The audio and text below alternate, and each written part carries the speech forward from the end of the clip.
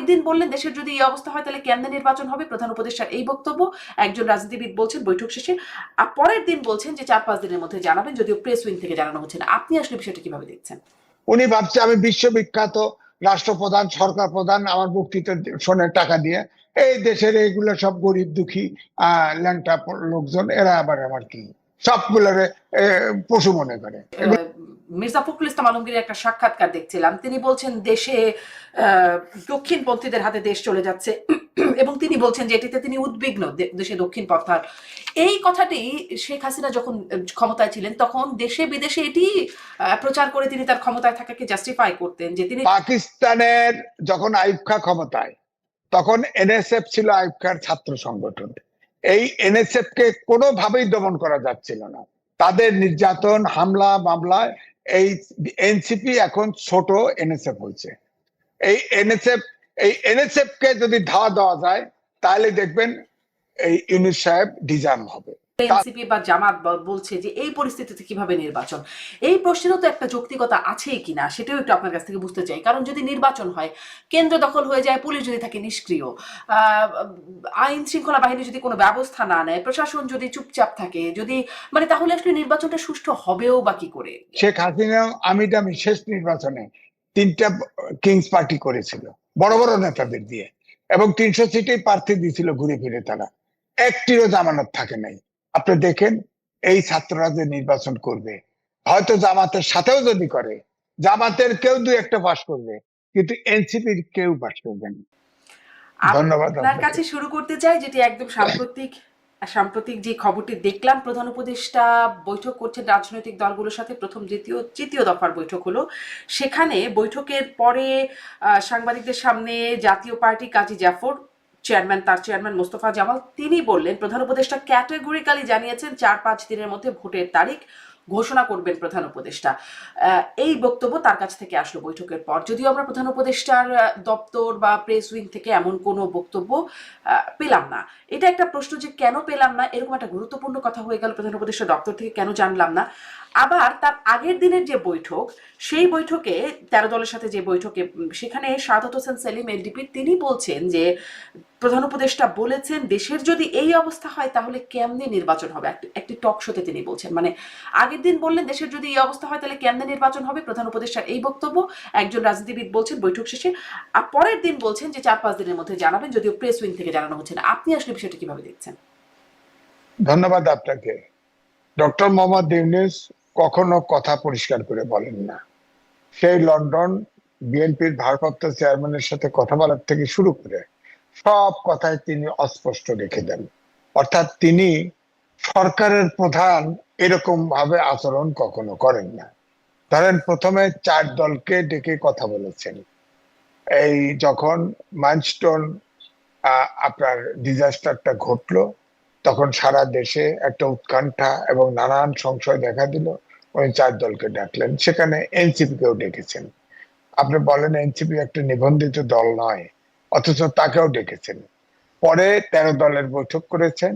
সেখানে বৈঠকের শেষে আপনি যেটা বললেন, এলডিপির নেতা সাদাত হোসেন তিনি জিটিভির এক টকশোতে এসে বললেন যে তিনি আপনার পরিষ্কার ভাবে তিনি বলছেন যে এই অবস্থাতে কিভাবে নির্বাচন হবে।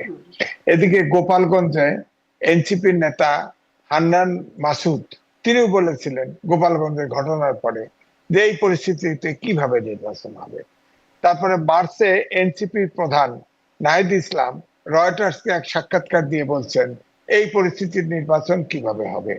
পাটগ্রামে থানার থেকে আসামি ছিনতাই করে নেওয়ার পরে জামাতের আমির বলেছিলেন এই অবস্থায় কি করে নির্বাচন হবে। অর্থাৎ জনশ্রুতি আছে যে ডক্টর মোহাম্মদ ইউনূসের যেসব দলের সাথে নেক নজর আছে, অর্থাৎ তার সম্পর্ক আছে, সেই সব দলগুলি একই ভাষায় কথা বলল। হঠাৎ করে আজকে 14 দলের বৈঠকে তিনি কিন্তু কথা বলেছেন যে পতিত রাষ্ট্র ষড়যন্ত্র করে নির্বাচনের ষড়যন্ত্র করছে, সবাইকে ঐক্যবদ্ধভাবে এটা মোকাবেলা করতে হবে। কিন্তু দেখা গেল যে পিপলস পার্টি জাফর তার চেয়ারম্যান মোস্তফা জামাল হায়দার তিনি বললেন যে 4-5 দিনের ভিতরে আহ, নির্বাচনের তারিখ ঘোষণা করা হবে। এটা কিন্তু আমি এই এতগুলো ঘটনার পরে এটা আবার কিন্তু পুরো কথা স্পষ্ট হয় নাই, কারণ এটা তো ডক্টর মোহাম্মদ ইউনূসের বরাদ দিয়েই কথাটা হতে পারতো, যে তিনি বলেছেন, তিনি কিন্তু বলেন নাই এটা। হায়দার সাহেব, তিনি মোস্তফা জামাল হায়দার, তিনি মনে করেছেন হয়তো যে আমরা তো শুনি নাই, ওই মিটিং এ তো আমরা ছিলাম না, অন্য কেউ তো বলে নাই। তিনি বললেন 4-5 দিনের ভিতরে আপনার নির্বাচনের ডেট হবে। কিন্তু তিনি তবে কিন্তু আমি এটা বলেছেন, মোস্তফা জামাল কিন্তু এটা বলেছেন যে প্রধান উপদেষ্টা ক্যাটেগরিক্যালি জানিয়েছেন, তিনি আবার রিপিট করে বলছেন ক্যাটেগরিক্যালি জানিয়েছেন যে 4-5 দিনের মধ্যে হ্যাঁ ভোটের তারিখ ঘোষণা হবে। হ্যাঁ তিনি তিনি একজন ধরেন বর্ষিয়ান নেতা, আমরা তার কথাকে অবিশ্বাস করি না। তবে আমি কিন্তু টেলিফোন করে বিএনপির একজন বড় নেতাকে জিজ্ঞেস করেছি যে আসলে কি সত্য 4-5 দিনের ভিতরে নির্বাচন তারিখ ঘোষণা হচ্ছে? কয় না, ডেট ঘোষণা হবে, তবে মনে হয় যে আর কয়েকদিন দেরিতে হবে, এই কথাই তিনি বললেন। অর্থাৎ তিনি আরো বলেছেন যে তার তো এখন নির্বাচন ঘোষণা করা ছাড়া আর কোনো গত্যন্তর নাই, কারণ বিএনপি আর তাকে সময় দিবে না। হ্যাঁ, এই পয়েন্ট অফ নো রিটার্নে গেছে, এই জন্য হয়তো এইভাবে কথা বলেছে। কিন্তু তারপরেও তিনি কিন্তু ফাঁক রেখেছেন, প্রত্যেকটা বৈঠকে তিনি ফাঁক রাখেন। যেমন ডিসেম্বরের ভিতরে নির্বাচনের প্রস্তুতি নেওয়ার কথা বলেছেন, সেখানেও কিন্তু সংস্কার এবং বিচারের কথা বলেছেন, যেটা সমাপ্ত হলে। আবার দেখেন লন্ডনে যে বৈঠক করলো বিএনপির ভারপ্রাপ্ত চেয়ারম্যানের সাথে, তখনও কিন্তু ওই তাই বলেছেন যে সংস্কার যদি এবং নির্বাচনের প্রস্তুতি যদি পর্যাপ্ত হয়। তো এখন বিচারটা কে করে? আপনার সংস্কারটা কে করে? সরকার করে। সরকার তো 1 বছর পূর্ণ হতে যাচ্ছে, 3টে মামলার মাত্র চার্জশিট দিতে পারছে। তা আমার তো মনে হয় যে এরপরে হাইকোর্টে যাবে, সুপ্রিম কোর্টে যাবে, এটা আপিল হবে। আপনি দেখেন অন্তত পক্ষে একটা রায় ফাইনাল হতে হতে অন্তত 15 বছর সময় লাগবে। হ্যাঁ, তো এইভাবে যদি হয় তাহলে উনি তো 100 বছর লাগবে, যত মামলা বেড়ায় নিছে, যত মামলা করেছে। একটা মামলায় আপনি দেখেন এই যে সম্প্রতি সাবেক প্রধান উপদেষ্টা এই প্রধান বিচারপতিকে অ্যারেস্ট করলো, বিচারপতিকে, ওনাকে, উনি তো আপনার, আমি এটা লিখেছি, উনি যে শর্ট জাজমেন্ট দিছে 16 মাস পরে যখন পূর্ণাঙ্গ জাজমেন্ট দিছে, তখন কিন্তু এটা হেরফের করে ফেলছে। তো তাকে যেটা অপরাধ করেছে সে আরো আরো বেনিফিট নিয়েছে, সেগুলো নিয়ে কেস করতে, তার ভিতরে ফাইনালি খুনের মামলা দিয়ে দিয়েছে। বলেন এই খুনের মামলা তিনি কি খুন করেছেন? বলেন। তো এইগুলো হচ্ছে সমস্যা। সমস্যা হচ্ছে আমরা বিচার চাই, ফ্যাসিস্ট সরকারের দোষরদের বিচার চাই। ধরেন যে সাংবাদিক, কতগুলো সাংবাদিক গ্রেপ্তার করেছে, তাদের নামে আপনার খুনের কেস দিয়েছে। কোন সাংবাদিক খুন করেছে? বলেন তো। অথচ আমার কথা হচ্ছে তারা দুর্নীতি করে থাকুক, তারা যা কিছু করে থাকুক, অপরাধ করে থাকুক, তারা তো আইনের ঊর্ধ্বে না, আমরা কেউ এই আইনের একটা ঊর্ধ্বে প্রশ্ন না। আমার একটু করতে ইচ্ছে করে যে মানে এটা তো সবার চোখের সামনে হয়ে যাচ্ছে যে সবাই হত্যা মামলার আসামি হয়ে যাচ্ছে, যাকেই ধরতে ইচ্ছে করছে হত্যা মামলার আসামি দিয়ে ধরে ফেলা হচ্ছে।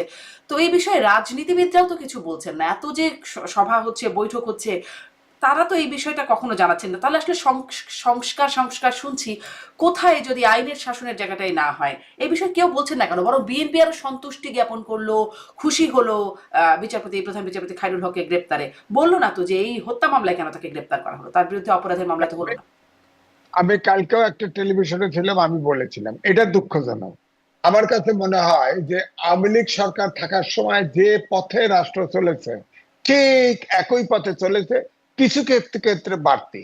আপনি বলেন সেখানে কেস হয়েছে, মামলা হয়েছে, গুম হয়েছে, খুন হয়েছে, আয়নাঘর হয়েছে, সব মানলাম। এখন হয়তো আয়নাঘরটা হয় নাই, কিন্তু কোনটা হয় নাই বলেন? একটা কেস আজকে গোপালগঞ্জে দেখলাম 10,500 ব্যক্তিকে মামলার আসামি করা হয়েছে। মানে 10,500 মামলা করলে গোপালগঞ্জের থাকে কি বলেন আপনি?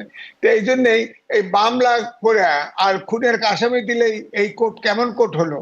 একটা আমার নামে যদি এখন খুনের মামলা দেয়, জামিন দিবে না, এটা কোনো কথা হলো? খুনের মামলা থাকলে জামিন দিবে না, এটা কোনো কথা? একটা মানুষ বোঝাও যায়, আদালতের তো ক্ষমতা আছে।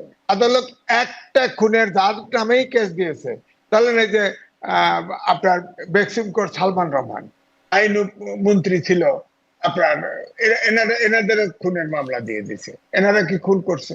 হ্যাঁ, তারা অ্যাবেটার হতে পারে।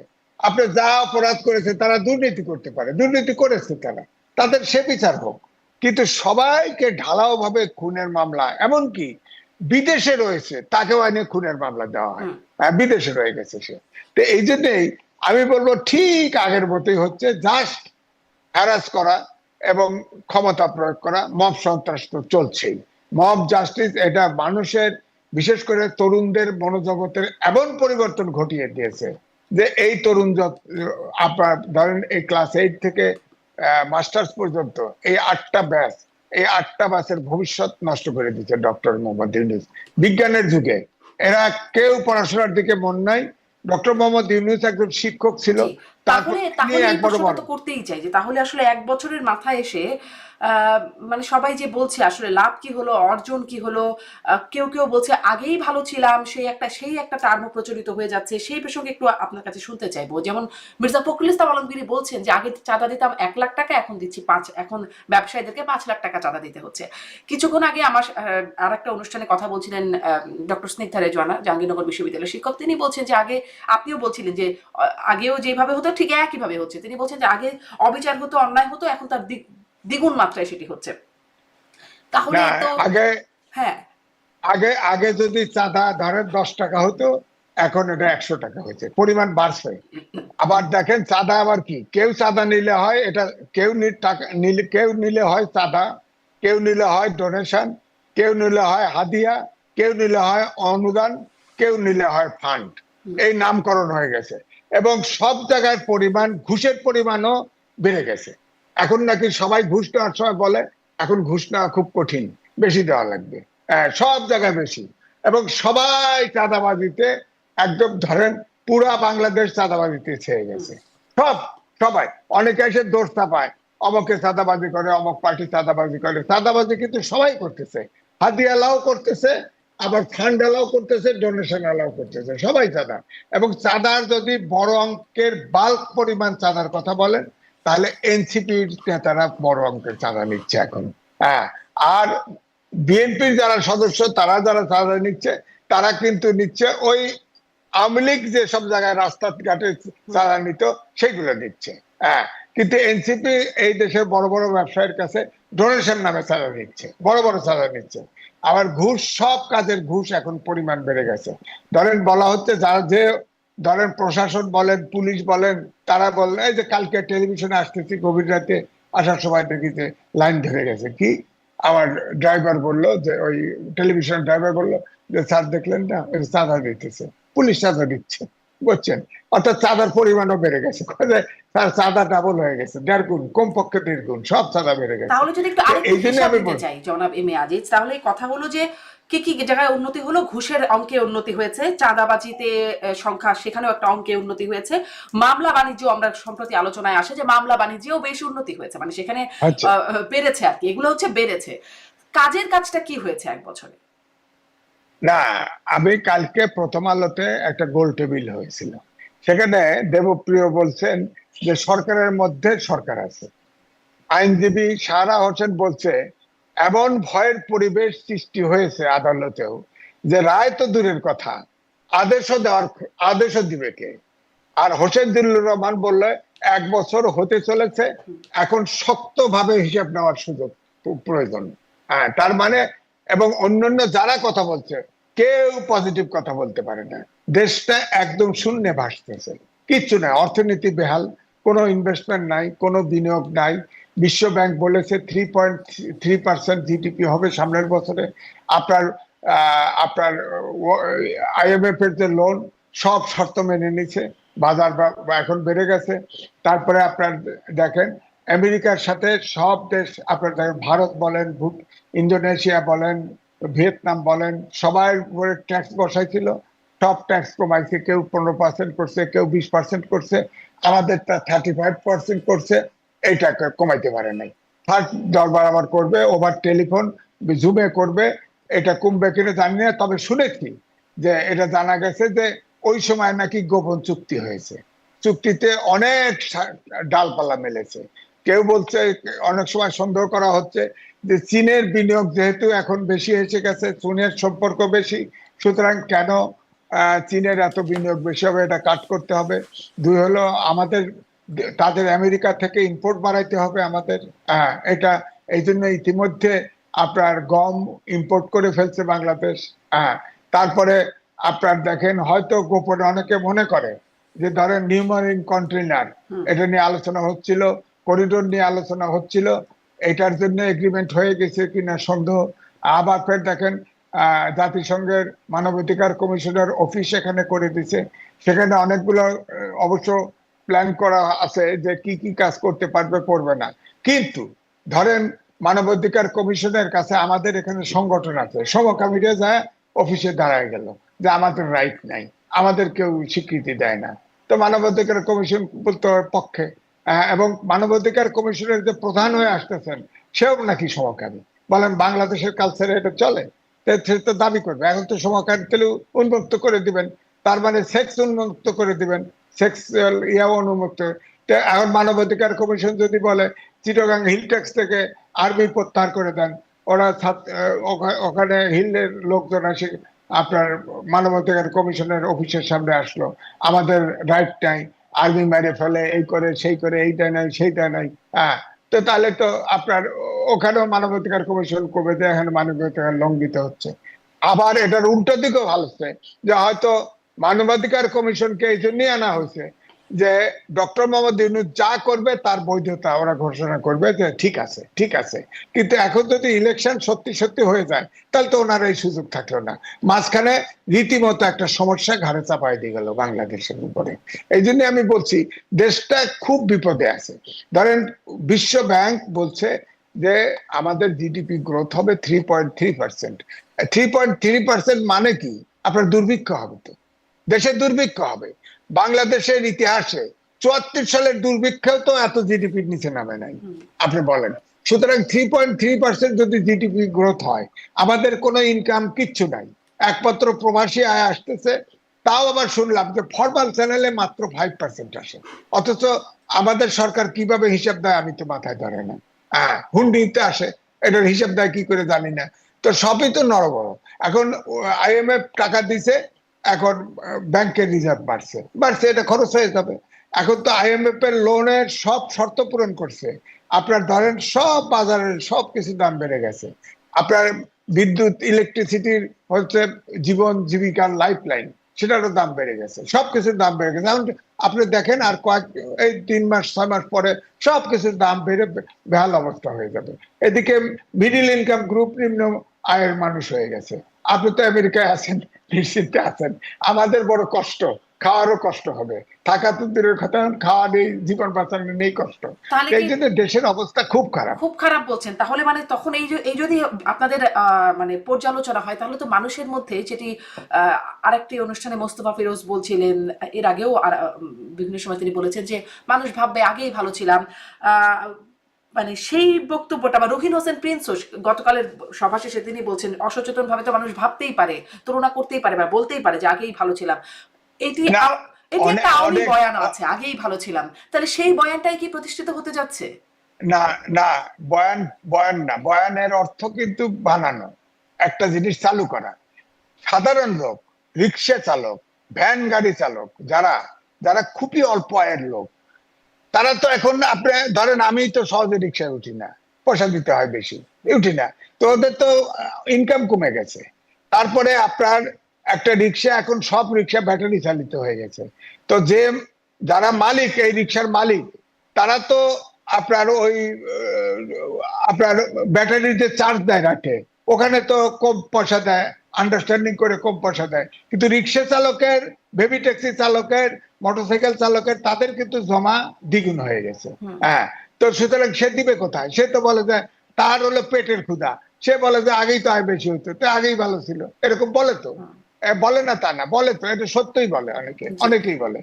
সুতরাং এটি সত্য বয়ান। আর একটি বয়ানের কথা মির্জা ফখরুল ইসলাম আলমগীরের একটা সাক্ষাৎকার দেখছিলাম, তিনি বলছেন দেশে দক্ষিণপন্থীদের হাতে দেশ চলে যাচ্ছে এবং তিনি বলছেন যে এটিতে তিনি উদ্বিগ্ন, দেশে দক্ষিণপন্থার। এই কথাটি শেখ হাসিনা যখন ক্ষমতায় ছিলেন তখন দেশে বিদেশে এটি প্রচার করে তিনি তার ক্ষমতায় থাকাকে জাস্টিফাই করতেন যে তিনি যদি ক্ষমতা ছাড়েন তাহলে দেশে উগ্রবাদ এর বিস্তার ঘটবে, দক্ষিণপন্থীদের হাতে চলে যাবে। এখন তো এই কথা বলছিলেন, এটিও কি একটা বাস্তবতা? মানে এটা এটা বাস্তবতা। কারণ আপনি খেয়াল করে দেখেন, ঐক্যমত্য কমিশনের বৈঠক চলছিল, সেখানে অনেক প্রোগ্রেস হচ্ছিল।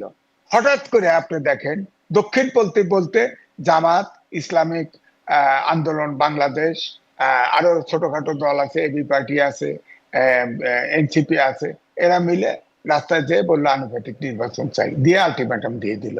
তো এবং তারা কিন্তু দেখা গেছে যে তারা যা দাবি করে ডক্টর ইউনূসের সরকার তাই মানে। যেমন ধরেন আওয়ামী লীগের যে অ্যাক্টিভিটিস স্থগিত করা হলো, তিনি বলেছিলেন, ডক্টর মোহাম্মদ ইউনূস বলেছিলেন আমাদের কোন দলকে নিষিদ্ধ করার কোনো পরিকল্পনা নাই। অথচ দেখা গেল যে রাস্তায় নামলে 144 ধারা আপনার ডক্টর মোহাম্মদ ইউনূসের বাড়ির চারপাশে দেওয়া ছিল। এটা ব্রেক করে তারা আসলো এবং 1 ঘন্টার আলটিমেটাম দিল, দাবি মানা হয়ে গেল, এক্সিকিউটিভ অর্ডারে বন্ধ করে দিল। তার মানে ওটার থেকে মনে হয় আবার ঠান্ডা পানি টানি দিয়ে তাদের আরামও দেওয়া হলো। তো সুতরাং এতে মনে হয় যে এই দলগুলি যা বলে, দাবি করে, সেইগুলো তিনি বরাবরই মানছেন, এরা দাবি করলেই মানছেন। তাহলে এই কি জন্য তাহলে কথা কি উঠেছে। জনাব এম এ আজিজ, তাহলে কি এই যেমন ধরেন আপনি বলছেন আওয়ামী লীগকে নিষিদ্ধ করব না, এরকম একটা অবস্থান থাকলেও বা কোনো দলকে নিষিদ্ধ করার ইচ্ছা নেই এরকম অবস্থান থাকলেও সেই অবস্থান থেকে সরে এসে দাবির প্রেক্ষিতে মেনে নিলেন, যেটি আপনিও বললেন। আরো যেটি আমরা শুনেছিলাম সরকারের কাছ থেকে যে 30 কার্য দিবসের মধ্যে জুলাই সনদ হবে, কিন্তু সেটিও বেমালুম, সেটি আর হলো না, বা হতে দেওয়া হলো না। যাই হোক, এখন বলছেন যে 4-5 দিনের মধ্যে নির্বাচনের তারিখ ঘোষণা করা হবে, সেটিও কি সরকার আস্তে আস্তে ভুলে যাবে বা চাপের মুখে সেখান থেকেও সরে না, যাবে না? শোনেন, বেশ কয়েকবার যখন দেশটা আউলা যায় তখন কিন্তু দলগুলোকে ডাকে, ডাকে দেশকে, দেশের জনগণকে এবং বিশ্বকে বুঝায় যে ওই জুলাই গণ অভ্যুত্থানের সব দল একতাবদ্ধ আছে। এবারেও যে এটা একটু ফেজ ওয়াইজ ডাকছে, 3 বারে ডাকছে, এটাও যে এটা হবে না এটা কিন্তু নিশ্চয়তা নেই। কারণ তিনি যে কখন নির্বাচন দিবেন, কয় তারিখে নির্বাচন দিবেন, আমি মুসলমান হিসেবে বলতে পারি আল্লাহ জানে আর উনি নিজে জানে, আর কেউ জানে না। উনি তো তারিখ মুখ দিয়ে বের করে নেন। উনি যতই মোস্তফা জালাল হায়দার বলেছেন, তিনি সিনিয়র লোক, আমি বিশ্বাস করতে চাই, কিন্তু আমি তো বললাম আমি চেক করেছি, তারা তো, এটা তো চাপ এসেছে, তো বিএনপির থেকে চাপ এসছে, এটা সত্য। এবং এই চাপ তো এই কথা উঠছে, আমি নিজেও বলেছি, যারা আপনিও তো ছোট মানুষ ছিলেন, পাকিস্তানের যখন আইয়ুব খাঁ ক্ষমতায়, তখন এনএসএফ ছিল আইয়ুব খাঁর ছাত্র সংগঠন। এই এনএসএফ কে কোনোভাবেই দমন করা যাচ্ছিল না। তাদের নির্যাতন, হামলা, মামলায় তারা তারা সব সময় এ দেশের কোনো আন্দোলন গড়ে উঠতে পারছিল না। তখন কিন্তু আপনার 3 জন ব্যক্তি, মন্টু, খসরু এবং সেলিম, হ্যাঁ, তারা ছাত্রলীগ করতো। তারা তখন এই এনএসএফ কে কিন্তু দমন করে। দমন করার পরে 69-এর আন্দোলন হয়, সেই আন্দোলন শেষ পর্যন্ত স্বাধীনতার যুদ্ধে পরিণত হয়। তো এখন যেটা হয়েছে, এই যে এনসিপির ধরেন নাহিদ সাহেব আজকেও বলেছে, কোন জায়গায় সবাই বলেছে, সংস্কার এবং বিচার ছাড়া নির্বাচন হওয়া সম্ভব না, এটা বলছে। তো উনি ওই জায়গায় আছে। তার মানে আমি 2টা টেলিভিশনে গতকাল এবং পরশুদিনও বলেছি, এই এনসিপি এখন ছোট এনএসএফ হয়েছে। এই এনএসএফ কে যদি ধাওয়া দেওয়া যায় তাহলে দেখবেন এই ইউনূস সাহেব ডিজার্ম হবে, তাছাড়া হবে না। কারণ এই এনএসএফ, এই এই এনসিপি অর্থাৎ ছাত্ররা তাকে নিয়োগ দিয়েছে, সে বলেছে ওখানে একবারে এডুকেশন কার্ড বাতিল করে দেয়। তারপরে আপনি দেখেন অনেকগুলো সাংবাদিককে ধরা হয়েছে, এর ভিতরে অনেকেই অনেক টাকার মালিক আছে, আমি জানি। তাদের বিচার হোক, দুর্নীতির দায়ে বিচার হোক, কিন্তু সবারে অধিকাংশই কেসে খুনের কেস দিয়ে দিছে, হত্যার মামলা। বলেন কোন সাংবাদিক হত্যা করছে? বলেন, আমি অপরাধ করলে আমার বিচার হোক, সমস্যা নেই, আমাকে কিন্তু ধরে নিয়ে সরকার তো হত্যা বলছে যে মামলা। মামলা হলেই গ্রেপ্তার নয়, আইন উপদেষ্টা এটা বলছেন যে মামলা হলেই গ্রেপ্তার নয়, তদন্ত করে যদি পাওয়া যায়, প্রাথমিকভাবে সত্যতা পাওয়া যায় তাহলেই গ্রেপ্তার। তাহলে বলছে যে তাহলে হচ্ছে না কেন? নাকি এটা সরকারের নিয়ন্ত্রণের বাইরে, নাকি সরকার চাইছেই না? না, এই জন্যই তো বলা হয় দেবপ্রিয়ের ভাষায়, সরকারের ভিতরে সরকার আছে, সরকারের ভিতরে সরকার আছে। আইনও করে ফেলছে যে 24 ঘন্টার ভিতরে যাকে গ্রেফতার করা হবে তার পরিবারকে জানাইতে হবে এবং প্রাইমারি তদন্ত করে দোষী হলে তাকে গ্রেফতার করা হবে, কিন্তু এটা কার্যকরী হচ্ছে না। এটা তো আমাদের অথচ আইন সংবিধানে এই সরকার এটা তো করছে। আমাদের সংবিধানেই হ্যাঁ, লেখা আছে। সংবিধানে আছে, পুলিশ আইনেও আছে যে আপনি সিভিল ড্রেসে কাউকে গ্রেফতার করতে পারবেন না, গভীর রাতে গ্রেফতার করতে পারবেন না, অনেক নিয়ম আছে, কিছুই মানে না। অর্থাৎ আওয়ামী লীগের সময়, ফ্যাসিবাদের সময় যা ঘটছে ঠিক একই জিনিস অনুকরণ করা হচ্ছে, একটুও পার্থক্য নেই। অথচ দেশটা স্ট্রিম লাইনে আসতে পারে নাই, প্রশাসন ঠিক নাই, পুলিশ ঠিক নাই, কোনো কিছু ঠিক নাই, কোনো একটি সেক্টর ঠিক নাই, দেশটা একদম একদম বিকল হয়ে গেছে। এবং আমি অর্থনীতিবিদ না, আমার কথা শুনে রাখেন, 26 সালে দেশে দুর্ভিক্ষ হচ্ছে এবং এই দুর্ভিক্ষ যদি ঠেকানো না যায় এই রাষ্ট্র ফেল স্টেটের দিকে যাবে, আপনি মনে রাখেন। আমি বলে দিচ্ছি, আমি দেবপ্রিয়র মতো ভট্টাচার্যের মতো অর্থনীতিবিদ না, কিন্তু আমার অভিজ্ঞতা বলে, কারণ আমার জন্ম হচ্ছে 54-এ, সুতরাং আমি চোখে দেখেছি সবকিছু। আপনার থিওরি দিয়ে বললে তো আমি বিশ্বাস করবো না, আমি যেটা চোখে দেখেছি, আমি মুক্তিযুদ্ধ করেছি, আমার আকাঙ্ক্ষা আছে এই দেশ কিভাবে চলবে, এটার আকাঙ্ক্ষা আমারও আছে। 71 সালে যে আকাঙ্ক্ষা নিয়ে মুক্তিযুদ্ধ করেছি সেটা আজ পর্যন্ত বাস্তবায়ন হয়নি। সুতরাং আমি কথা বলবো। বা পূর্বাভাসের কথা আপনি বলবেন 26 সালে দুর্ভিক্ষ হবে, নিঃসন্দেহে খুবই ভয়ঙ্কর বিষয়টি। আপনিও বলছেন, মানে দেবপ্রিয় ভট্টাচার্যকে বারবার রেফার করছেন সরকারের ভেতরে সরকার আছে, এই প্রশ্নটা কয়েকদিন ধরে খুবই উত্থাপিত হচ্ছে, আপনার কাছেও একটু করতে চাই, কারা সেই সরকারের ভেতরে সরকার?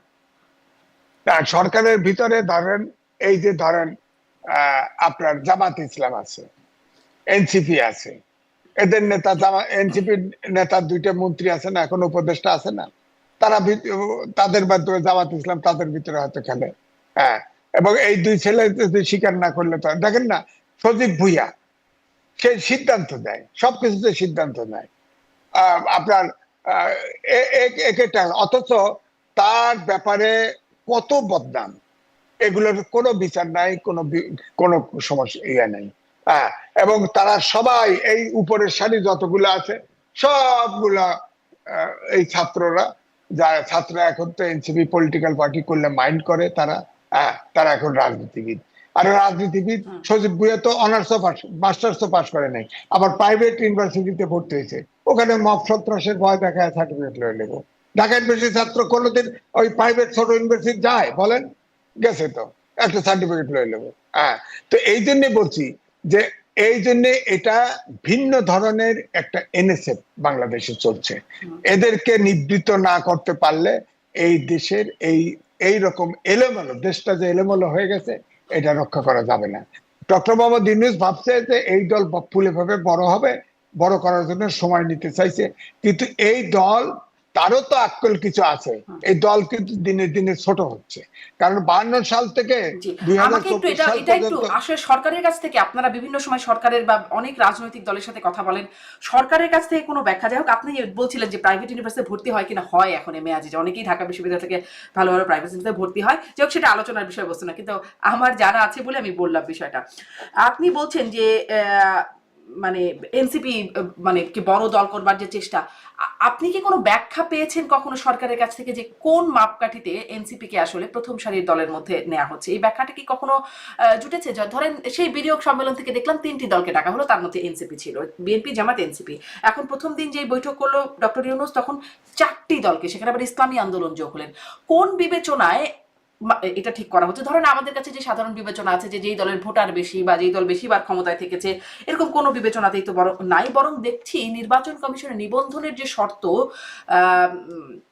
200 ভোটারের স্বাক্ষর 25 উপজেলায়, সেটি আসলে এনসিপি দিতে পারে নাই, ফলে তার নিবন্ধনটা হয় নাই। 15 দিন আরো সময় দেওয়া হয়েছে এনসিপি কে সহ আরো যে দলগুলো আছে তাদেরকে। তাহলে কোন মাপকাঠিতে বড় দল হিসেবে বিবেচনা করছে? 144টা দল নির্বাচনের জন্য প্রেয়ার করছে, একটি দরখাস্ত টেকে নাই, প্রাইমারি সিলেকশনে একটি দরখাস্ত টেকে নাই। এরা পার্টি করবে, দেশের দায়িত্ব নেবে, আপনি বলেন। কিন্তু টাকা নেওয়ার সময়, ডোনেশন নেওয়ার সময় বুদ্ধির ঘাটতি হয় না, কিন্তু ফর্ম পূরণ করতে ঘাটতি হয়। আপনি বলেন, কাগজপত্র জমা দিবে, একটু কোয়ালিফাই করে নাই। এদেরটা আমি ব্যক্তিগতভাবে মনে করি এই দেশে বহুত রাজনৈতিক দল আছে, আর কোন দলই থাকা উচিত না। এই দল মানে চাঁদাবাজ তৈরি করা, এই দলই থাকা উচিত না। সুতরাং আমি এই জন্য বলবো যে এখন আপনি দেখেন শেখ হাসিনা আমি শেষ নির্বাচনে 3টা কিংস পার্টি করেছিল বড় বড় নেতাদের দিয়ে, এবং 300 সিটেই প্রার্থী দিয়েছিল ঘুরে ফিরে, তারা একটিরও জামানত থাকে নাই। আপনি দেখেন এই ছাত্ররা যে নির্বাচন করবে, হয়তো জামাতের সাথেও যদি করে, জামাতের কেউ 2-1টা পাস করবে, কিন্তু এনসিপির কেউ পাস করবে না। কারণ এরা এমন ভাবে বিতর্কিত হয়েছে এই দেশে, ভয়ঙ্কর বিতর্কিত হয়েছে। তাদের কোনো উপজেলায়, কোনো জায়গায়, কোনো জেলায় তেমন ছাত্র মানে সদস্যও নাই। তারা এই যে মিছিল করতে, পদযাত্রা করছে, শুনতে পারছি বিভিন্ন পার্টি থেকে সাপ্লাই দেওয়া হয়, সাপ্লাই দেওয়া হয়, তারা স্বীকার করবে না তাদের লোক। এটা আস্তে আস্তে কেমোথেরাপির মতো আস্তে আস্তে ছোট হচ্ছে। এবং আগামী নির্বাচন যে দিবে, ফেব্রুয়ারিতে নির্বাচন দিবে, এই সময়ের ভিতরে আপনি দেখবেন অনেক প্রার্থী পাবে না, এবং প্রার্থী পাবে না, দিলেও এগুলোর একটারও জামানত থাকবে না। এবং এই যে 8 ব্যাচের ছাত্র এই বিজ্ঞানের যুগে ফ্রাস্ট্রেটেড হবে, এরা দেখবেন সব আপনার লুটেরা হবে, সব দেখবেন মিসক্রিয়েন্ট হয়ে যাবে, সমাজে একেবারে ধ্বংস হয়ে যাবে সমাজটা। এই 8টা ব্যাচ যখন নেক্সট ইলেকশনে ঢুকায় দিবেন, এরপরে সবগুলো ফেল করবে, ফেল করার পরে দেখবেন এই সমাজের এই 8টা জেনারেশন গ্যাপ হয়ে যাবে, যেখানে অটোমেশন আসবে, যেখানে আপনার প্রযুক্তি মানুষকে রিপ্লেস করতেছে, সেখানে আপনার শিক্ষা সংস্কার কমিশন নেই। এবং ডক্টর মোহাম্মদ ইউনূস একবারও বলে নাই তোমরা বাবা ইলেকশনও তোমরা পড়াশোনাও করো, তোমরা সরকারও প্রেসার গ্রুপ করো। উনি প্রত্যেকটা ছাত্রকে প্রত্যেকটা মিনিস্ট্রিতে বসাই দিছে, এবং সেখান থেকে সব কমিশন খাচ্ছে, সব A to Z প্রতিযোগিতার সাথে খাচ্ছে। মানে এই ছাত্র জেনারেশন ভয়ঙ্কর ভাবে পুরো নষ্ট করে দিছে, এদের দ্বারা সম্ভব না। এই জন্যে আগে যে সব আন্দোলনে ছাত্ররা অগ্রভাগে থাকতো, দেশের জনগণ কিন্তু আস্থা রাখতো মুক্তির জন্য, যে এই ছাত্ররা এইবারে আন্দোলন করলেই আমরা মুক্তি পাবো। আমরাও কিন্তু 5ই আগস্টে ভেবেছিলাম যে আমরা স্বাধীনতার স্বাদটা পাবো, কিন্তু দেখেন সরকার, এই ইউনূস সরকার সবগুলো মন্ত্রীতে এই নাবালক পোলাপান ঢুকায় দিয়ে আপনার সব লুটতরাজে ঢুকায় দিছে। এখন এখন ছাত্রদের মানসিকতা হচ্ছে বিশেষ দিবে না, ওরা একবারে এমপি হবে, একবারে মন্ত্রী হবে, ওদের ডাইরেক্ট এই নেশায় চেপে না দিয়ে দিছে ওদেরকে। তো সুতরাং এরা তো ফ্রাস্ট্রেশন হবে। আবার আজকে বিজ্ঞানের যুগে আজকে বিজ্ঞানমুখী শিক্ষা ব্যবস্থা করা উচিত ছিল। আমি লিখেছি যে আগামী 10 বছর পরে আমাদের দেশে বুয়েট সহ কোন শিক্ষা প্রতিষ্ঠানের কোন শিক্ষা কাজে আসবে না। কারণ আপনি আমেরিকায় আছেন, আপনি জানেন এখন অপারেশন করে রোবট, আইটি সুইচে আইওটি আসবে, এখন সব বিজ্ঞান। আমাদের দেশেও তো গার্মেন্ট ইন্ডাস্ট্রি রোবটে চলে, কর্মচারী নাই, কর্মী নাই, কয়েকজন ম্যানেজমেন্টে কয়েকটা লোক আছে, না দুইটা গার্মেন্টস ইন্ডাস্ট্রি ফুল। সমস্ত ক্ষেত্রে একটা বিপর্যয় নেমে আসবে বর্তমান পরিস্থিতির কারণে। আমি একটু আবারও সেই বৈঠকের প্রসঙ্গ থেকে আসতে চাই যে যেই 14 দলের এবং জোটের সাথে বৈঠক হলো, বৈঠকে যেখান থেকে শুরু করলাম আলোচনা, মোস্তফা জামাল হায়দার তিনি বলছেন যে এই বক্তব্য, সেখানে ডক্টর মোহাম্মদ ইউনূসের বক্তব্য বলা হচ্ছে যে তিনি বলছেন যে গন্ডগোল লাগিয়ে নির্বাচন আয়োজনকে ভণ্ডুল করার চেষ্টা চলছে। এই বক্তব্যটা কি বুঝলেন? কারা গন্ডগোল লাগিয়ে নির্বাচনকে ভণ্ডুল করার চেষ্টা করছে? প্রধান উপদেষ্টা। হ্যাঁ, আওয়ামী লীগ সরকার সবসময় জঙ্গি আর স্বাধীনতা বিরোধী শক্তি, এটাকে পুঁজি করত। এখন এই সরকার প্রথম থেকেই শুরু করছে ফেসিবাদ হচ্ছে পুঁজি, কোনো কিছু হলে এখন ওই ফেসিবাদরাই গন্ডগোল লাগাবে। সুতরাং নির্বাচন যদি ভণ্ডুল করতে চায়, উনি কইবে না যে এখন পরিস্থিতি যা, দেশের অবস্থা এই। তিনি তো একজন শিক্ষিত লোক, তিনি তো সারা বিশ্বে প্রখ্যাত লোক, তিনি তো বলতে পারতেন যে আমি এনজিও করছি, আমি তো চালাতে পারতেছি না, আমি বুঝতে। উনি বলছে তো সাক্ষাৎকারে, নিউ ইয়র্কের সাক্ষাৎকারে বলছে যে আমি যাদের চিনি তাদের উপদেষ্টা বানাইছি। এই যে ধরেন একটা স্কুলে যে আপনার ফাইটার পড়ে এত ছাত্র মারা গেল, শিক্ষক মারা গেল, আপনি বলেন কোন স্বাস্থ্যমন্ত্রীকে দেখছেন, স্বাস্থ্য উপদেষ্টাকে দেখছেন? সে তার কোনো খবর নাই, কোনো খবর নাই। আবার এই যে আপনার হসপিটালে যে ছেলেদের দেখেন, কোনো দুর্যোগ ব্যবস্থাপনার কোনো ব্যবস্থা নেই। আমি ওই সাবেক ডিজি ফায়ার সার্ভিসের, তার সাথে একটা টকশো করতেছিলাম, সে বললো আমাকে যে রং, এই ছেলেদেরকে বেড়ে ফেলা হয়েছে, অর্ধেক ছেলে মারা গেছে এই কারণে যে কি, ওই ছেলে যারা আগুনে পুড়েছে তাদের প্রথম কাজই হচ্ছে ঠান্ডা পানির ভিতর, পানি ফ্লো থাকবে, এই পানির ভিতর অর্থাৎ পাইপে যে পানি পড়ে এই পানির নিচে তাদেরকে দেওয়া, তাহলে তাদের জ্বালা পড়া কমবে এবং ক্ষত কমতে থাকবে। অথচ এই লোকগুলোকে নিয়ে সেই বার্ন হসপিটালে নিয়ে গেছে, পুরান ঢাকার মেডিকেলের ওই পাশে, নিতে নিতেই তো মানে লাইফ চলে গেছে 75%। তো এটা তো কোনো একটা পরিস্থিতি যেভাবে হ্যান্ডেল করতে হয়, স্বাস্থ্য উপদেষ্টা নাই, দুর্যোগ উপদেষ্টা নাই, ওখানে লাফায়া গেছে আইন উপদেষ্টা, ওখানে লাফায়া গেছে শিক্ষা উপদেষ্টা, ওখানে গেছে প্রেস সেক্রেটারি, তারপরে যেমন হাজতখানায় ধরে রাখে, জেলখানায় ঠিকের ভিতরে 8 ঘন্টা আটকায় রাখছে। হ্যাঁ, আর ওই ছাত্ররা ছুটে আইছে, আইসে পরীক্ষা পিছানোর কথা কইছে, যা সেক্রেটারির ভিতরে ঢুকে গেছে। বলেন, ছাত্ররা থেকে আগে আগে একবার ছোট প্রথম দিকে সচিবালয়ে ঢুকে অটোপাস নিয়ে গেছে। এবারে আপনি বলেন, শিক্ষা উপদেষ্টা রিজাইন করলো না, 2টা সেক্রেটারিকে সরাই দিল। আপনি বলেন তাহলে প্রশাসন কাজ করবে কিভাবে? আপনার শিক্ষা উপদেষ্টা তো রিজাইন করা উচিত ছিল, তারা ম্যানেজই করতে পারে নাই। এতগুলো শিশু সন্তান মারা গেছে, ম্যানেজ করতে পারে নাই তারা। এখন খালি সংখ্যা গুনতেছে, সংখ্যাও আগে দিতে পারে না। আমি জানি একটা টেলিভিশন মারা যাওয়ার হয়তো সেটি শিক্ষা উপদেষ্টাকে করতে পারতেন, কিন্তু শিক্ষা উপদেষ্টা এই যে বললেন যে শিক্ষা সচিব আসলে তাকে তিনি বলেছিলেন, কিন্তু শিক্ষা সচিব করতে দেন নাই। তাহলে শিক্ষা উপদেষ্টা আসলে কতটা কার্যকর উপদেষ্টা? তিনি অবশ্য পরে আবার বলছেন যে তিনি পদত্যাগ করবেন না স্বেচ্ছায়, কারণ তিনি তার দায়িত্বে কোনো ব্যত্যয় দেখেন নাই। ওই তো হোসেন মোহাম্মদ এরশাদের সময় যোগাযোগ মন্ত্রী ছিল, আমি নাম বলছি না, তিনি একজন পত্রিকার মালিক, তিনি যোগাযোগ মন্ত্রী ছিল। তো ভারতে একটা বড় দুর্ঘটনা হয়েছিল রেলওয়ে, তো মন্ত্রী দায় নিয়ে রিজাইন করছে।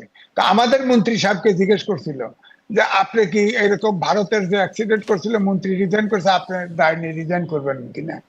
তার উত্তর ছিল, আমি কি ট্রেন চালাইছি? তো উনি তো আগুন লাগায় নাই, সুতরাং ওর তো দায় নাই। উনি শিক্ষা উপদেষ্টা আছে, উনি শিক্ষকতা জীবনে করেন নাই। হ্যাঁ, উনি শিক্ষা উপদেষ্টা। আপনার স্বাস্থ্য উপদেষ্টা বানাইছে, গ্রামীণ ব্যাংকের চেয়ারম্যান বানায় রাখছিল। উনি এখন অসুস্থ নারী। এবং নিউ এজের ইন্টারভিউ দিয়ে ডক্টর মোহাম্মদ ইউনূস সরবনে বলেছিল, আমি যাদেরকে চিনি তাদেরকে উপদেষ্টা বানাইছি। পরের দিকে উনি দেশে বিদেশে যত বিদেশি নাগরিক আছে তাদের এমনি ঢুকাইছে। যে এটা তো একটা আন্তর্জাতিক সরকার হয়ে গেছে, দেশি সরকার নাইছে। এর ভিতরে 17 জন আছে বিদেশি নাগরিক এবং ভাই ব্রাদার কোটায় আসলে আসছেন উপদেষ্টারা। হ্যাঁ, ভাই ব্রাদার কোটা তো আছে, তো প্রেস উইং এও আছে, ভাই ব্রাদার কোটা আছে।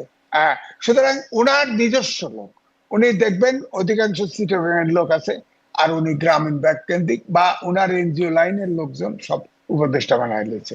হ্যাঁ, আর কয়েকটা লোক নিচে আগে ছিল, ওই ধরেন আপনার বাংলাদেশ ব্যাংকের গভর্নর আছে, আর অর্থ উপদেষ্টা আছে। এই 2টো লোক খালি আমার কাছে মনে হয় বাইরে। এখন আপনি আসলে কি মনে করেন, এই যে পরিস্থিতি এতক্ষণ ধরে বিশ্লেষণ করছেন, ধরেন এই প্রেস সচিব যিনি মব বলেছিলেন মব, আসলে সেটিকে তিনি প্রেসার গ্রুপ বলতে প্রেফার করছেন, এখন তিনি সহ বাকি উপদেষ্টারা 9 ঘন্টা আটকে থাকলেন। তারপরে ধরেন 1 বছর আগে ছাত্ররা আন্দোলনরত ছাত্ররা তখন তৎকালীন ক্ষমতাসীনদেরকে ভুয়া ভুয়া বলে স্লোগান দিয়েছিলেন। এখন বর্তমানে যারা আসলে আন্দোলনের ফলে ক্ষমতায় এসে বসলেন তাদেরকে দেখে ভুয়া ভুয়া স্লোগান দিচ্ছেন। সরকার আসলে কিছু বার্তা কি নিচ্ছে এখান থেকে বা পাচ্ছে? মানব নয়, ডক্টর মোহাম্মদ ইউনূস তো কথা বলে না। ওই যে তার প্রিয় ছাত্র ছিল আপনার ওই মাহমুদুর রহমান মান্না, ওনার সাথে একটা টেলিভিশনে ছিলাম, উনি বলতেছে যে উনি বক্তৃতা শোনে, কিন্তু প্রশ্ন করলে মিটিমিটি হাসে, উত্তর দেয় না। বলেন একটা সরকার প্রধান, আসলে উনি সরকার চালানোর যোগ্যতা নাই। উনি এনজিও চালাতে পারে, কিন্তু উনি সরকার চালাতে লেজে কবরে করে ফেলছে।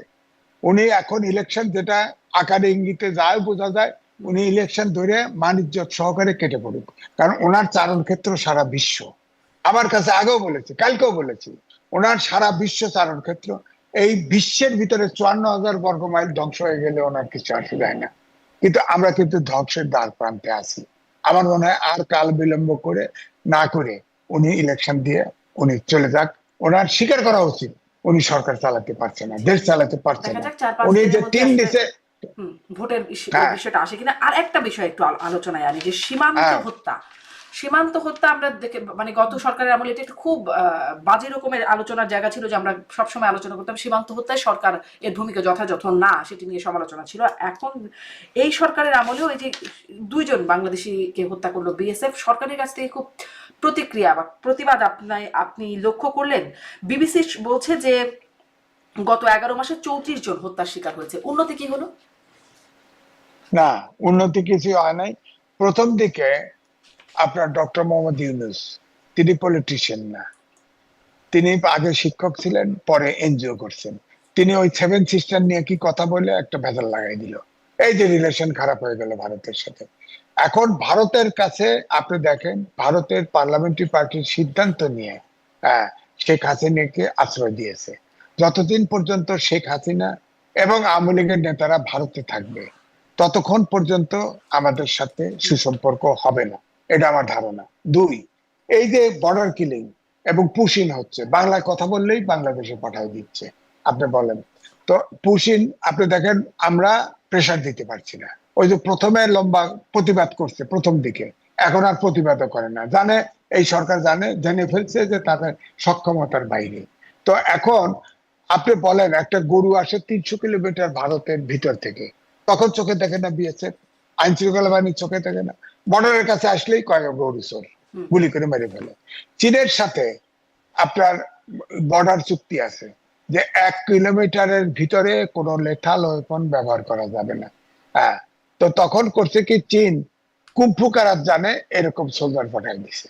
ওই যে লাদাখ সীমান্তে ঝগড়া হয়েছে, বাস গুলি খরচ করে নাই, সব নিয়ে বরফের ভিতরে ঢুকেছে, ঢুকায় ইন্ডিয়ান আর্মি মেরে ফেলছে। আমরা তো সেই ক্ষমতা অর্জন করি নাই যে আমরা ইন্ডিয়ান বিএসএফ মেরে ফেলবো। আমাদের হচ্ছে কি, বর্ডারে আমাদের রাইট, সেই রাইটের নেগোসিয়েশনটাও রাখতে হবে।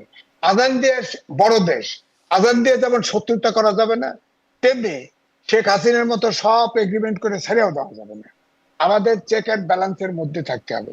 কিন্তু এই ডক্টর মোহাম্মদ ইউনূস এসে প্রথমেই এই সরকারের সাথে একদম পুরা কিছু কথাই 7 সিস্টার নিয়ে কথা বলে, যে তাদেরও তো 7 সিস্টার আছে, অর্থাৎ ইনডাইরেক্টলি বলা যে ওখানে অস্থিরতা আমরা তৈরি করব।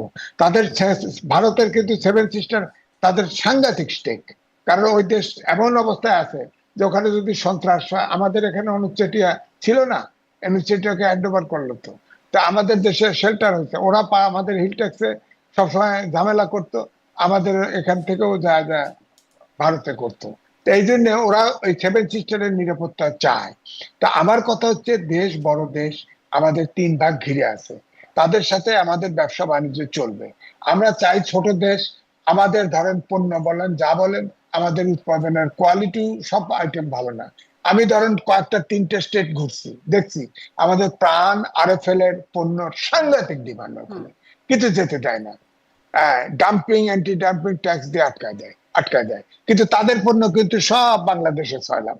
হ্যাঁ, এখন একটা ইন্ডিয়ান সেন্টিমেন্ট উঠছে, তাদের কিন্তু অনেক কিছুই কিন্তু বাংলাদেশে, ওরা ভারত কারখানাও করতেছে, অনেক কিছু আবার বাংলাদেশি হয়ে গেছে। তো এই জন্য আমি বলছি যে আমাদের ভারতকে ছাড় দেওয়া নয়, কিন্তু চেক অ্যান্ড ব্যালেন্স, ভারতের সাথে এই মুহূর্তে আমরা যুদ্ধ করতে চাই না। আবার ভারতকেও বুঝতে হবে যে বিশ্বায়নের যুগে কোন দেশ ছোট নাই, ভারতের মালদ্বীপের সাথেও হাত গোটায় আসছে। সুতরাং বাংলাদেশ কিন্তু 18 কোটি জনগণের দেশ, এই দেশে ইচ্ছে করলেই ভারত কিছু করতে পারবে তা ঠিক নয়। সুতরাং ভারতকেও এটা বুঝতে হবে, এটা একটা স্বাধীন দেশ, ভারতকে তো তাদের আমরা প্রাপ্য বুঝতে দিতে পারবো না, হবে। ভারতের বুঝটা ভারত বুঝবে, কিন্তু আমাদের যে বুঝটা সেটির কথা আপনি বলছিলেন যে আজান দিয়ে তো যুদ্ধ করা বা সেরকমটা সম্পর্ক খারাপ করার মধ্যে কোনো মাহাত্ম্য নাই। আপনি বলছিলেন শেখ হাসিনার সময় যে মানে ভারতের সাথে চুক্তি, সেই প্রসঙ্গটা বলছিলেন। এই সরকার বলেছিল সব চুক্তি নাকি প্রকাশ করবে, গোপন চুক্তি, অপ্রকাশিত চুক্তি প্রকাশ করবে। কোথায় প্রকাশ তো করলো না, বরং অপ্রকাশিত একটা চুক্তি যুক্তরাষ্ট্রের সাথে করলো, এনডিএ, নন ডিসক্লোজার এগ্রিমেন্ট, সেখানে আবার সেটা নিয়েও আপনি কথা বলছিলেন। হ্যাঁ, এই বিষয়গুলো মানে জবাবদিহিতা কোথায় তাহলে? না, বিষয়টা জবাবদিহিটা কে করবে? আমি তো বললাম তো, ওই যে মাহমুদুর রহমান মান্না বলছে না, প্রশ্ন করলে মিটি মিটি হাসে, উত্তর তো দেয় না। উনি তো রাজনীতিবিদ না, উনি তো উনার তো অ্যাকাউন্টেবল হতে হবে, উনি জাতির কাছে অ্যাকাউন্টেবল না। উনি ভাবছে আমি বিশ্ববিখ্যাত রাষ্ট্রপ্রধান, সরকার প্রধান, আমার বক্তৃতা শোনে টাকা দিয়ে, এই দেশের এইগুলো সব গরিব দুঃখী ল্যাংটা লোকজন, এরা আবার আমার কি সবগুলোরে পশু মনে করে, এগুলো মানুষ মনে করে বলে মনে না। একটা দেশের রাষ্ট্রপ্রধান, সরকার প্রধান, সে অ্যাকাউন্টেবল হবে না, উত্তর দিবে না? রাজনীতিবিদদের ডাকে তাদের কথা উত্তর দিবে না? উত্তর দেয় না। আর সব কথায় সব সময় পরিষ্কার করে না, পরিষ্কার করে কথা বলবে না কোনো। এই যে আপনি বললেন যে নির্বাচন হবে, জামাল হায়দার বললেন যে 4-5 দিনের ভিতরে দিবে, উনি তো বলেন নেই। উনি বলছেন যে ওই ফেসিবাদীরা ষড়যন্ত্র লন্ডভন্ড করতে পারে, ষড়যন্ত্র করতেছে, সবাই এক, জুলাই অভ্যুত্থানে সবাই এক করে থাকতে হবে। এখন ওনাকে মোস্তফা জামাল হায়দারের কানে কানে কইছে নাকি কোন জায়গায় শুনছে, উনি কয়ে দিল। হ্যাঁ, উনি আবার একটা লম্বা মানুষ, কয়ে দিল। বলতে পারতো যে ইউনিট সরকার এইরকম করছে, তার ভাষাটা বলতে পারতো, তা না বলে উনি 4-5 দিন ডেট দিয়ে দিল, মনে হলো উনি সরকারি লোক। হ্যাঁ, আর রাজনীতিবিদরা যখন বসে কোনো বৈঠকে, তারা মনে করে যে এদেশের মালিক তারা। হ্যাঁ, তারা মালিক, আরে এদেশের জনগণ মালিক, আমি মালিক, আপনি মালিক, ওনারা মালিক না। ওনারা আমাদের কর্মচারী, ওনারা আমাদের সেবক হওয়ার কথা। ওনারা যখন বৈঠক বসে, সব বৈঠক ওনাদের সুবিধা মতো সব সেটেল করে। জনগণের প্রত্যাশা এখানে পূরণ হচ্ছে না। ধরেন এই যে জুলাই অভ্যুত্থানে সবচাইতে সাধারণ লোক মারা গেছে বেশি, এই রিক্সাওয়ালা, ঠেলাগাড়ি, শ্রমিক, এটা তাদের কোনো অস্তিত্ব নাই। প্রাইভেট ইউনিভার্সিটি মাঝখানে আন্দোলন থেমে গেছে, প্রাইভেট ছেলেরা বেরোয়েছে, তাদের অস্তিত্ব নাই। মেয়েরা ভরে গেছিল, নামছে, মেয়েদের এখন কয়েকটা মেয়ে আছে, আর মেয়েরা নাই। হ্যাঁ, কারণ মেয়েরা থাকতে পারে না, মেয়েরা নিয়ে নানান স্ক্যান্ডেল তৈরি হয়েছে, মেয়েরা এখন আস্তে আস্তে যার যার বাড়িতে কেটে পড়তেছে।